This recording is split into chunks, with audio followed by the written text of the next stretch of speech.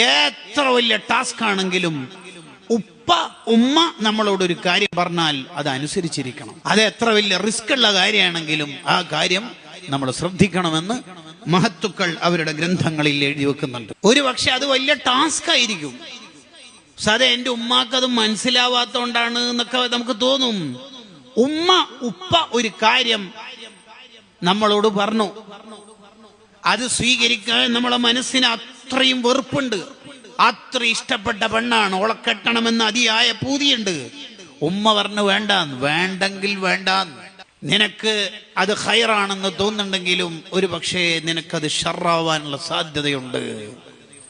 മൻ തറക ലില്ലാഹി തആല അവ്വലഹുല്ലാഹു ഖൈറൻ മിൻഹാ.